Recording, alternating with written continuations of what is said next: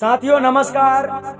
विश्व गुरु का ज्ञान विश्व शांति अभियान चैनल में आप सभी लोगों का स्वागत है। और इस वीडियो में हम आप लोगों को बतलाएंगे सदगुरु कबीर साहब की सच्ची वाणी से कि सदगुरु कबीर साहब ने किस प्रकार से मानव को संदेश दिया है मुक्ति के लिए, परमात्मा की प्राप्ति के लिए, इस संसार से छूटने के लिए, अर्थात समस्त मानव समाज को जो शिक्षा दी है। तो चलिए जानते हैं जिस प्रकार से आप सबको चलना चाहिए, इस संसार में आकर अपने जीवन को व्यतीत करना चाहिए और परमात्मा की भक्ति एवं परमात्मा को पाने के लिए आपको कर्तव्य करना चाहिए। सो सदगुरु कबीर साहब इसमें समझाना चाहते हैं कि आप सब लोगों को करना क्या है। तो चलिए यहाँ पर संदेश को शुरू करते हैं। सदगुरु कबीर साहब अपनी वाणी में कहते हैं, चल सदगुरु की हाट ज्ञान बुद्धि लाइए।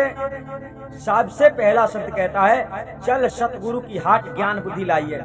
साथियों, मनुष्य को ज्ञान ना होने के वजह से मनुष्य किताबों के ज्ञान में उलझा हुआ रहता है। संसार में बहुत सारी किताबें होती हैं जिन किताबों को पढ़ पढ़ के आप लोग ज्ञानी मानने लगते हैं स्वयं को और समझने लगते हैं कि मैं बहुत जानने लगा हूँ, मुझे परमात्मा के बारे में पता है, मैं परमात्मा की भक्ति में लगा हूँ। लेकिन वास्तविक रूप से आपको बतला दिया जाए, जब तक इस संसार में सच्चा गुरु आपको नहीं मिलता है, जो सच्चा मार्गदर्शक है, जो सच्चा गुरु होता है, वही आपको सच्चा ज्ञान, सच्चा विवेक, बुद्धि प्रदान कर सकता है। मतलब ये है कि बुद्धि आपके पास है, मन भी आपके पास है, ज्ञान भी आपके पास है, लेकिन आप उपयोग करना नहीं जानते हैं। और ज्ञान का मतलब ये है कि आप सब कुछ जान सकते हैं लेकिन आप जानते नहीं हैं। तो उस चीज को जानने के लिए आप लोगों को किताबें पढ़ने की आवश्यकता नहीं है। भक्ति के मार्ग में सदगुरु कबीर साहब का इस प्रकार से संदेश है। भक्ति के मार्ग में अगर आप चलते हैं तो किताबों में ज्ञान को ढूंढने का प्रयास ना करें। साहब कहता है चल सतगुरु की हाट ज्ञान बुद्धि लाई। अर्थात क्या करना है, क्या नहीं करना है परमात्मा को पाने के लिए, ये गुरु से पूछो, सच्चे गुरु से पूछो। ठीक है, अगर सच्चा सतगुरु मिल जाता है तो आप लोगों को किताबें पढ़ने की आवश्यकता नहीं पड़ती है। बस जैसा गुरु कहता है वैसा आपको करते रहना है, तो आपकी मुक्ति हो जाती है, आप परमात्मा से मिल लेते हैं, अर्थात जीते जी आपकी कामना पूरी हो जाती है। ठीक है, तो पहला शब्द कहता है चल सतगुरु की हाट ज्ञान बुद्ध लाइए। ठीक है, लीजय साहेब को नाम परम पद पाइए। अब यहाँ पर बताया जाता लीजय साहेब को नाम अमर पद पाइए, परम पद पाइए। दोनों चीजें यहाँ पर आती हैं, लेकिन यहाँ पर शब्द है लीजय साहेब को नाम अमर पद पाइए। ठीक है, तो चलिए, साहेब का नाम लेने से आप अमर हो जाओगे, यहाँ पर ऐसी बात बताई जा रही है। अर्थात साहेब का स्वरूप ज्ञान प्राप्त करना चाहिए, किससे? गुरु से। अर्थात जो सच्चे गुरु होते हैं वो ईश्वर, यानी जिसे परमात्मा कहते हो, जिसे भगवान समझ रहे हो, जो सबका मालिक एक है समझ रहे हो, जिससे सब कुछ संसार में हुआ है, जिसके बिना इस संसार में कुछ भी नहीं है, जो सर्वव्यापी है, अविनाशी है, ऐसा परमात्मा के बारे में साहब कह रहे हैं सदगुरु कबीर साहब, लीजय साहेब को नाम अमर पद पाइए। जी हाँ साथियों, साहेब के बताए मार्ग पे अगर आप लोग चलते हैं तो निश्चित है कि आप लोग यानी मंजिल प्राप्त कर लेते हैं, जीवन का कर्तव्य आपका पूरा हो जाता है। यानी इस जीवन को पाने का एक वास्तविक मकसद है और उस मकसद को शायद आप लोग जानते नहीं हैं। तो सदगुरु कबीर साहब समझाना चाहते हैं चल सतगुरु की हाट ज्ञान बुद्धि लाइए, लीजय साहेब को नाम अमर पद पाइए। अमर पद का मतलब यही है कि जब आप मुक्त हो जाते हैं तो आप अमर हो जाते हैं, यानी इसके बाद ना तो आपका जन्म होता है और जब आपका जन्म नहीं होता है तो मृत्यु भी नहीं होता है। मतलब आप आवागमन से परे हो जाते हैं। कब? जब आप सतगुरु की शरण में जाते हैं और ज्ञान बुद्धि को प्राप्त कर लेते हैं, है ना। अच्छे विचार, सच्चे विचार, सत्य कर्म, सत्य मार्ग, ये सारी चीजें जान लेते हैं। यही ज्ञान बुद्धि की प्राप्त करने की विशेषता है। तो ये सब पाने के लिए आप लोग क्या करते हैं? अक्सर किताबें पढ़ते हैं, ये किताब वो किताब। आपको पता नहीं है कि वास्तविक गुरु के पास ही वास्तविक रहस्य, वास्तविक वर्तमान का ज्ञान ये मतलब रहता है। वर्तमान में आपको क्या करना है? किताबों में क्या चीजें लिखी हैं, भूतकाल में क्या हुआ था, उस समय की बातें थी, फलाना था, ढिमका था, आपको वर्तमान में जानना है कि हमें वर्तमान में क्या करना चाहिए, वर्तमान में हमें कैसे रहना चाहिए, है ना। तो ये शिक्षा किसके पास होती है? सच्चे सतगुरुओं के पास होती है। वो तुम्हारे जीवन में रंग ला देते हैं, यानी आपको शिक्षा देकर ऐसा बना देते हैं आपको कि आपके अंदर से विवेक, आपके अंदर से जो कुबुद्धि है यानी जो निर्बुद्धि है, आपके पास ज्ञान नहीं है, विवेक नहीं है, अच्छी समझ नहीं है, ये सारी चीजें हट जाती हैं और आप ज्ञानवान हो जाते हैं, बुद्धिशाली हो जाते हैं, विवेकशाली हो जाते हैं, है ना। ऐसा कब होता है? जब आप सच्चे सतगुरु की शरण जाते हैं। तो इस प्रकार से सतगुरु कबीर साहब कहना चाहते हैं, चल सतगुरु की हाट ज्ञान बुद्धि लाइए, लीजिए साहेब को नाम, परम पद पाइए, अमर पद पाइए। अब आगे वाणी कहती है, साहेब सब कछु दीन देवे को ना रहे, हम ही अभागिन नार सुख तज दुख लिए। यहाँ पर बतलाया जाता है कि साहेब सब कुछ दीन। अब चलिए, ये ऐसी बात क्यों आती है साथियों? ऐसी बात इसलिए आती है क्योंकि साहेब से ही आत्मा, साहेब मतलब परमात्मा से ही आत्मा की उत्पत्ति हुई है और आत्मा से ही सकल दुनिया है, सकल सृष्टि है। तो फर्क इतना है कि इस संसार में जो भी हो रहा है ये सब आत्मा की वजह से हो रहा है, लेकिन अगर परमात्मा ना होता तो आत्मा कहाँ होती? इसलिए साहेब से ही दुनिया है, साहेब से ही जगत है, साहेब से ही सब कुछ है। तो अब यहाँ पर समझना है कि उसने जो भी दिया है, जैसा भी दिया है, सब कुछ दिया है, सबको दिया है ना। समझने के लिए बुद्धि दी है ना, आगे काम करने के लिए, विचार करने के लिए मन दिया है, सब कुछ आपके पास है, पर आप अच्छे से विचार ना करो, अच्छे काम ना करो, अच्छे से समझो नहीं, अच्छे से जानो नहीं, सही बात को मानो नहीं, तो ये आप लोगों की कमी है। तो यहाँ पर बताया जाता है, साहेब सब कछु दीन देवे को ना रहे, अर्थात आप परमात्मा से आज भी अगर प्रार्थना करते हैं, कुछ मांगते हैं, तो आपकी मूर्खता है। परमात्मा ने तो तुम्हें सब कुछ दिया है, आपको ऐसा समझना है कि परमात्मा ने तो हमें सब कुछ दिया है, अब हम इससे क्या मांगे? अब तुम कर्तव्य करो, कर्तव्य करके सब कुछ हासिल कर सकते हो, पर कर्तव्य करो। क्या पाने के लिए क्या करना पड़ता है? आपको वही करना पड़ेगा। जैसे परमात्मा को पाना है, परमात्मा को जानना है, मोक्ष की प्राप्ति चाहिए, तो आपको सतगुरु की शरण लेनी ही पड़ती है, तभी आपको ज्ञान विवेक बुद्धि प्राप्त होती है, वो जो वास्तविकता है। ठीक है, वैसे तो बुद्धि सबके पास होती है, अपने अपने बुद्धि से कोई आदमी चोरी करता है, कोई लोफड़ाई करता है ना, कोई गलत काम ही करते करते जिंदगी गुजार देता है, परंतु आपके पास जब सच्चा गुरु हो जाता है, सच्चे गुरु के मार्गदर्शक पे चलने लगते हैं, तो आपका जीवन का कल्याण हो जाता है, आपके अंदर सद्बुद्धि आ जाती है। ठीक है, तो साहब ने कहा, साहेब सब कछु देन देवे को ना रहे, यानी कि परमात्मा से, ईश्वर से आप कुछ भी मांगने का प्रयास ना करें, उसने सब कुछ जो देना था वो सब कुछ दे दिया है। अब तुम्हें जो चाहिए, जो तुम्हारी जरूरतें हैं, उसके लिए आप लोगों को कड़ी परिश्रम करनी पड़ती है। आपके पास हाथ पैर हैं, कर्तव्य करने के लिए दिया गया है, तो आपको कर्तव्य करना चाहिए। ठीक है, उससे अब कुछ मांगो मत, उससे क्षमा भी मत मांगो, क्योंकि तुम उसके साथ कोई भी गलती कर नहीं सकते हो, तो उससे क्या क्षमा मांगना? क्षमा उससे मांगो जिसके साथ गलती करते हो। लोग कहते हैं हम तो प्रार्थना करते हैं, हम तो ईश्वर से क्षमा मांग लेते हैं, ऐसा है वैसा है। तो देखो, ईश्वर के साथ तुम गलती कर ही नहीं सकते, क्योंकि उसकी नजर में सब कुछ है ना, तो उससे क्या गलती कर सकते हो? तो साहेब कहते हैं कि साहेब सब कुछ दीन, सतगुरु कबीर साहब कहते हैं कि साहेब सब कुछ दीन देवे को ना रहे। अब कुछ बाकी नहीं है कि परमात्मा आपको अलग से कुछ देगा, ठीक है, या फिर ईश्वर आपको कुछ अलग से देगा। अब हम ही अभागिन नार सुख तज दुख लिए, हम ही अभागिन अर्थात आप सब लोग संसार के सुख को जानते नहीं है, दुख की ओर दौड़ते हैं। अब दुख की ओर दौड़ते हैं और सोचते हैं मुझे सुख मिल जाए, यानी आप परमात्मा को पाना चाहते हैं, लेकिन परमात्मा को पाने जैसा कर्म नहीं करते हैं। आप कर्म ऐसा करते हैं कि आप जन्म मृत्यु से कभी ना छूटे, ऐसे कर्तव्य करते हैं, तो जन्म मृत्यु कैसे छूटोगे? आवागमन से मुक्त कैसे हो पाओगे? आप जैसा कर्म करोगे फल तो वही मिलेगा, है ना। तो इसका मतलब साहब कह रहे हैं कि परमात्मा को समझो, परमात्मा को परखो, परमात्मा के लिए अपनी जो प्रीत है वो परमात्मा से लगाओ, परमात्मा के लिए कर्तव्य करो। उसे भी पाना है ना, तो उसके लिए भी कुछ करना है। तो उसके लिए क्या करना है? साहब ने ऊपर ही कह दिया, चल सतगुरु की हाट ज्ञान बुद्धि लाई।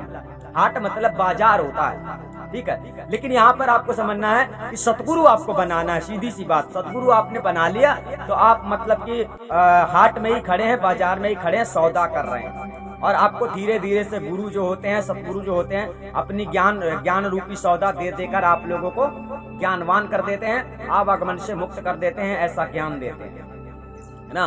तो साहब ने कहा, साहेब सब कुछ देन देवे को ना रहे, हम ही अभागिन नार सुख तज दुख लिए।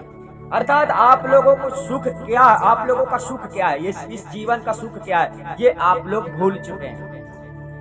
ये आप लोगों को पता नहीं है कि असली सुख है क्या। असली सुख है इस जीवन में भक्ति करना और मुक्ति प्राप्त करना, असली सुख।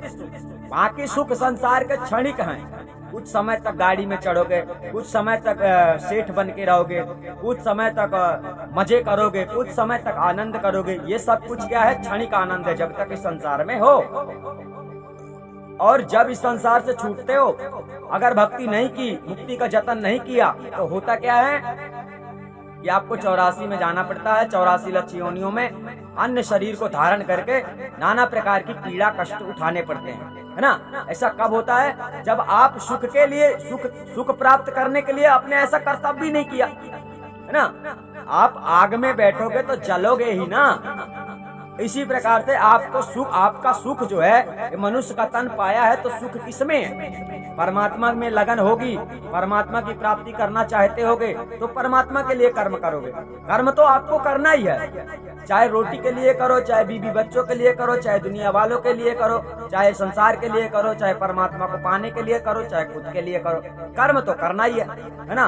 तो आपको ऐसा भी कर्म करना चाहिए, ये भी एक कर्म है। सतगुरु की शरण लेना, सतगुरु की सेवा करना, सतगुरु की बताए मार्ग पे चलना, ये भी एक कर्म है ना। तो इस प्रकार से आप सब लोगों को सतगुरु कबीर साहब ने समझाया है कि आप सब जो है तो सुख का कारण नहीं जानते, दुख का कारण नहीं जानते। आप ऐसा कर्तव्य करते हैं जिससे दुख मिलने वाला, सुख मिलने वाला ऐसा कर्तव्य नहीं करते हैं। तो आप लोगों को सुख मिले ऐसा काम करना चाहिए, ठीक है। तो साहब ने यहाँ पर सबसे पहली वाणी में जो कह दिया है, चल सतगुरु की हाट ज्ञान बुद्ध लाइए, लीजिए साहेब को नाम अमर पद पाई। अगर मोक्ष प्राप्त करना है, आवागमन से छूटना है, तो आपके लिए एक ही जतन है, एक ही उपाय है, एक ही रास्ता है। दूसरा, आपको दुनिया भर की किताबें पढ़ने से आप मुक्ति का जतन नहीं कर रहे। और ये समझने वाली बात नहीं है कि बस समझ लिया तो समझ लिया, कर्तव्य करना है। कर्म से ही सब मिलता है इस संसार में, बिना कर्म किए कुछ भी नहीं मिलता है। बातें करने से बातें मिलती हैं, ठीक है ना। तो कर्म करने से फल मिलता है, ठीक है। आगे चलते हैं, साहेब वाणियों में क्या कहते हैं। आगे साहब की वाणी कहती है, साथियों, गई हो पिया के महल, पिया संग ना रही, तेरे हृदय कपाट रहो छायो, कुमति लज्जा भरी। अब यहाँ पर समझना, तेरे हृदय कपट भरो छायो, कुमति लज्जा भरी। अब यहाँ पर अच्छी तरह से आपको समझना है, साहब अपने संदेश में कहना चाहते हैं, गई हो पिया के महल, पिया संग ना रही। अर्थात ये परमात्मा का ये जो आपने शरीर धारण किया है, ये परमात्मा की भक्ति करने के लिए प्राप्त होता है। तो आप परमात्मा की भक्ति में तो ध्यान लगाते नहीं, परमात्मा की भक्ति में तो आपकी लगन है नहीं। आपकी लगन है नोट कमाने में, वोट कमाने में, नाना प्रकार के परपंच करनों में, दिखावा करने में, आडंबर करने में, झूठ बोलने में, धंधा बिजनेस करने में। इन सब कामों को करने में आपको मन लगता है, आपका मन बहुत लगता है, लेकिन परमात्मा की भक्ति में लगन नहीं लग रहा है। जबकि परमात्मा आपको इसी शरीर के रहते मिल सकता है। ये शरीर छूट गया तो परमात्मा का मिलना असंभव हो जाएगा, मोक्ष का मिलना असंभव हो जाएगा। तो ये जो महल आपको मिलता है, 5 भौतिक महल, ये 5 भौतिक महल में रहने के बाद तुम्हें परमात्मा से लगन लगानी चाहिए, परमात्मा के संग रहना चाहिए, परमात्मा से मिलने का प्रयास करना चाहिए। ये आपका जतन जीवन के अंतर्गत करना चाहिए। लेकिन होता क्या है, आपके अंतर्गत कपट भरा हुआ है, झूठ भरा हुआ है, पाप भरा हुआ, दुष्कर्म भरा हुआ, विकार भरा हुआ है। आप लोगों की विचारधारा में जो है भक्ति नाम का अंश नहीं है, मतलब प्रेम नहीं है। परमात्मा के प्रति जब प्रेम बढ़ता है तभी मनुष्य आगे बढ़ता है। प्रेम जिधर जाता है ना, मनुष्य उधर ही चला जाता है। इसीलिए साहब ने कहा, जाकी सूरत लगी है जहाँ बा, कहाँ कबीर से पहुँचे तहाँ बा। तो इसलिए प्रेम जब होगा तो आपका प्रेम आपको बताएगा कि किधर खिंच रहा है। आप खुद ही देखिए कि मेरा प्रेम किधर जा रहा है, मेरी परमात्मा में लौ लग रही है या संसार में लौ लग रही है। अगर परमात्मा में लौ लगेगी तो संसार से लौ आपका छूटेगा, मोह माया जंजाल से आप छूटते जाओगे। धीरे धीरे से आपके अंदर से ये सब चीजें बेकार लगने लगेंगी। लेकिन जब आपकी लगन दुनिया से लगी होगी, नोट से लगी होगी, वोट से लगी होगी, और चीजों से लगी होगी, गाड़ी बंगला घोड़ा, है ना, जो भी आपके पास धन दौलत प्रॉपर्टी है, अगर इससे आपकी लगन लगी है तो परमात्मा से लगन टूटती हुई नजर आएगी। ठीक है, ऐसा क्यों होता है? जब आपके अंदर कपट भरा होता है। और जब आपके अंदर प्रेम भर जाएगा ना, तो आपके अंदर प्रेम तो प्रेम को ढूंढने वाला होता है ना, वो नश्वर संसार में और चीजों की तलाश में नहीं रहता। प्रेम जो होता है, प्रेमी जो होता है, वो प्रेम की तलाश करता है। तो प्रेम अगर आपको परमात्मा से होगा तो आप परमात्मा को जरूर खोजोगे। लेकिन आपके अंदर विकार भरे हुए हैं, विकार मतलब आप वहां जाने के काबिल नहीं है, आपको वहां जाने की इच्छा नहीं है, आपको वहां जाने के लिए कुछ कर्तव्य नहीं करना है, आपने किया भी नहीं है, तो इस प्रकार से परमात्मा नहीं मिलता है और इस प्रकार से फिर जीवन बेकार चला जाता है। ये मनुष्य का तन प्राप्त करने का कोई मतलब नहीं निकलता है। इसलिए अपने अंदर से झूठ कपट को निकाल के परमात्मा से सच्चा प्रेम स्नेह रखते हुए सतगुरु की शरण में जाके गुरु के बताए मार्ग पे भक्ति करना चाहिए। ठीक है, तो चलिए आगे चलते हैं। आगे वाणी में साहब क्या कहते हैं? आगे वाणी कहती है, जो गुरु रूठे हो तो तुरंत मनाइए, ओए राहुदीन आधीन चूके बख्शाइए। इसका सीधा मतलब होता है साथियों, अगर आपसे किसी प्रकार की गलती हो जाती है, आपने किसी प्रकार की गलती कर दी है, तो अपने गलतियों को कबूल करना चाहिए। आप गलती करते हैं तो गुरु आपसे रूठ भी सकते हैं। वैसे गुरु रूठते नहीं है, परंतु अगर रूठ गए, आपने गलती की, भाई गुरु होता है, ज्ञान देता है, बार बार समझाता है बेटा ऐसा मत करो, लेकिन फिर भी आप करते हो तो गुरु रूठ भी सकते हैं। ऐसी दशा में अगर वो रूठ गए तो आपको अभिमान नहीं करना, आपको उन्हें तुरंत मनाना है। क्योंकि अगर गुरु की मर्यादा संसार से चली गई और गुरु का ज्ञान पूरा तुम्हें मिला नहीं है, ऐसे हालात में आप अपने जीवन में सफलता हासिल नहीं कर पाओगे। इसलिए अगर देने वाला अगर देना बंद कर देगा तो तुम मांगने के लिए खड़े ही रहोगे, यानी तुम्हें कुछ नहीं मिलेगा। तो देने वाला तो गुरु होता है इस मार्ग में, तो अगर गुरु तुम्हारा रूठ गया तो कैसे देगा? इसलिए गुरु को तत्काल मना लीजिए। ठीक है, अब चलते हैं आगे वाणी में। आगे क्या कहते हैं साहब? अब साहब आगे वाणी में कहते हैं, जो गुरु हो ये दयाल दया दिल हेरी है, कर्म कोटि कट जाए पलक चित फेरी है। शब्द कहता है जो गुरु हो दयाल, अर्थात गुरु ज्ञानी है, दया के सागर हैं, तो आपके अंदर भी दया का भाव ढूंढेंगे।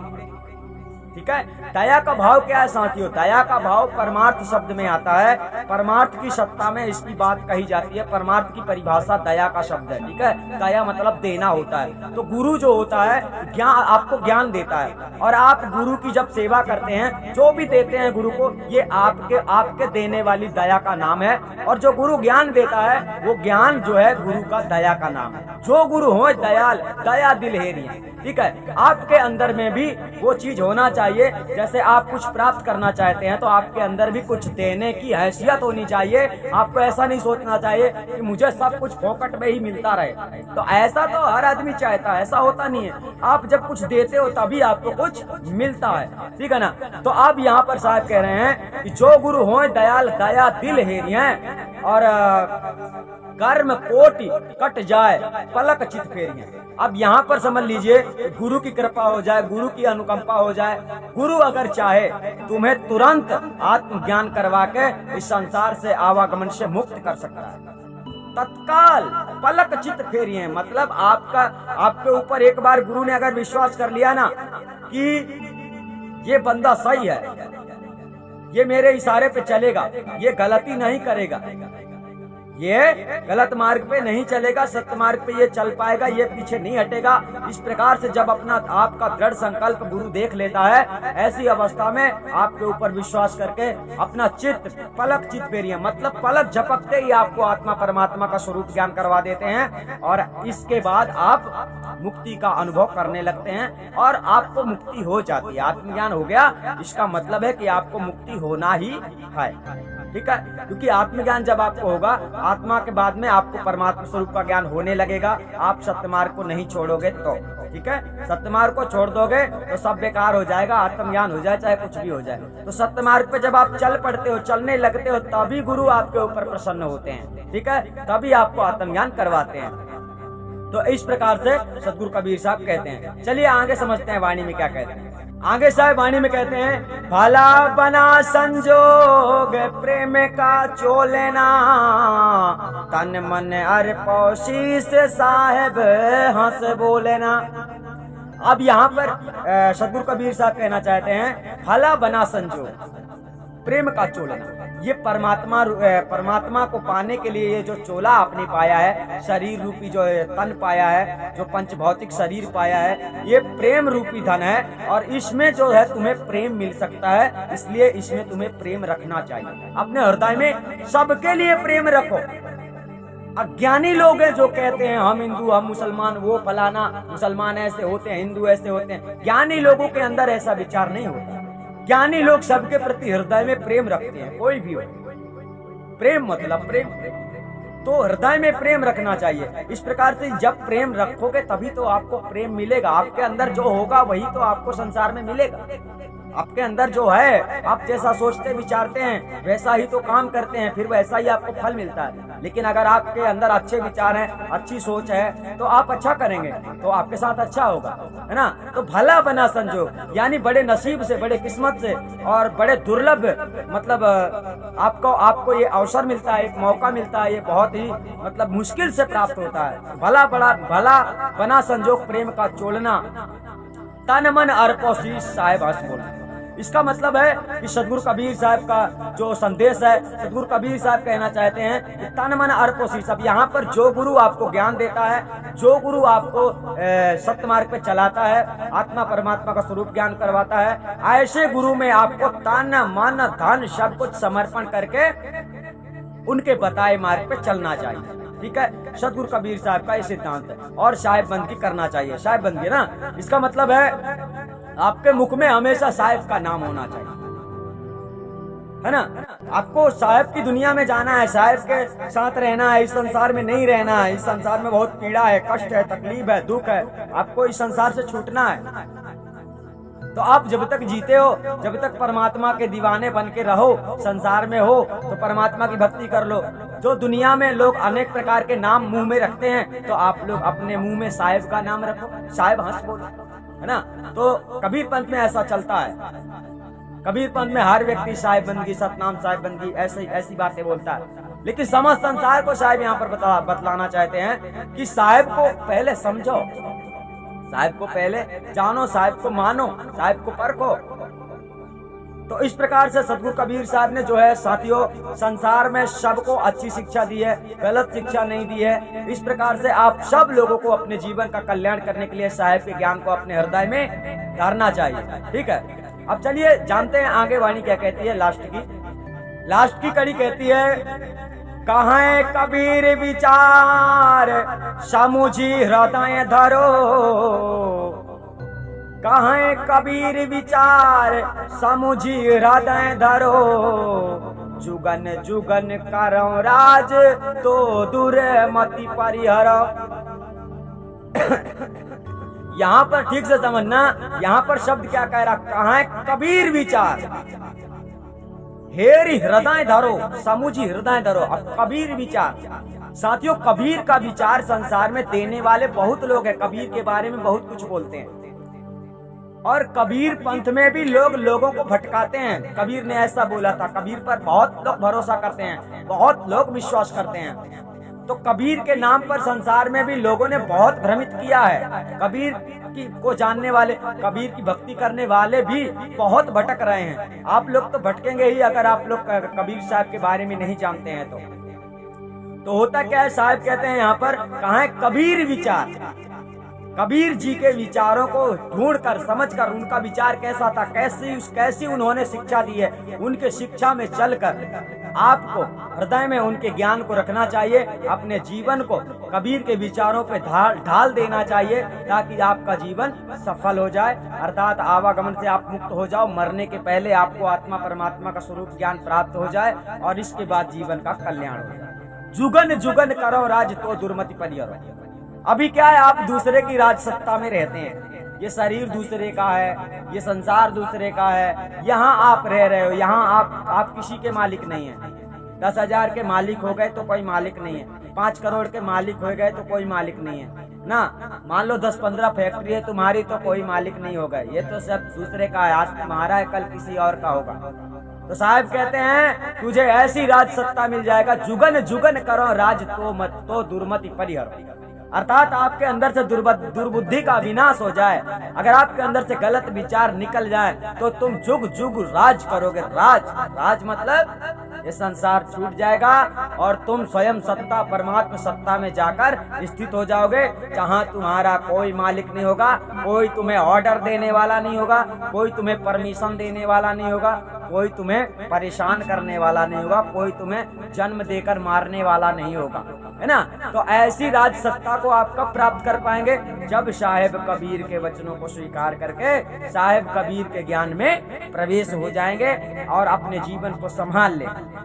तो इस प्रकार से साथियों सदगुरु कबीर साहब का निष्पक्ष ज्ञान है, यानी कि सदगुरु कबीर साहब को आज कोई समझे, जाने ना माने वो बात अलग है, लेकिन सदगुरु कबीर साहब ने पूरे विश्व को अपनी शिक्षा में सब कुछ ज्ञान दिया है और सत्य ज्ञान दिया है। साथियों सबसे बड़ी बात तो ये है कि सदगुरु कबीर साहब ने आत्मा परमात्मा का स्वरूप ज्ञान दिया है, भटकाया नहीं है, तंत्र मंत्र जपने के लिए नहीं बताया, ध्यान करने के लिए नहीं बताया। ये नाना प्रकार के पाखंड संसार में लोग परमात्मा को खोजने के लिए करते हैं, जो लोग ना तो आत्मा को जानते हैं ना तो परमात्मा को जानते हैं। तो आप लोग समझ गए होंगे वीडियो को अच्छी तरह से। आप लोग अगर पहली बार चैनल में आए तो सब्सक्राइब जरूर कर लेना, ताकि हर वीडियो आपको पता चले, सदगुरु कबीर साहब का ज्ञान आप लोगों को प्राप्त हो और आप लोगों को कोई भटका ना सके।